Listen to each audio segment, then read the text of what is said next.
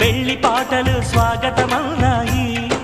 పెళ్లి పల్లకి పెళ్లి పందిరి సిద్ధంగున్నాయి. మేళమే మోగగా మారనాలిగా. వేద బ్రాహ్మణులు వేల బంధువులు వేచి ఉన్న సమయంలో పెళ్లి పీటలు పెళ్లి పాటలు స్వాగతమవునాయి.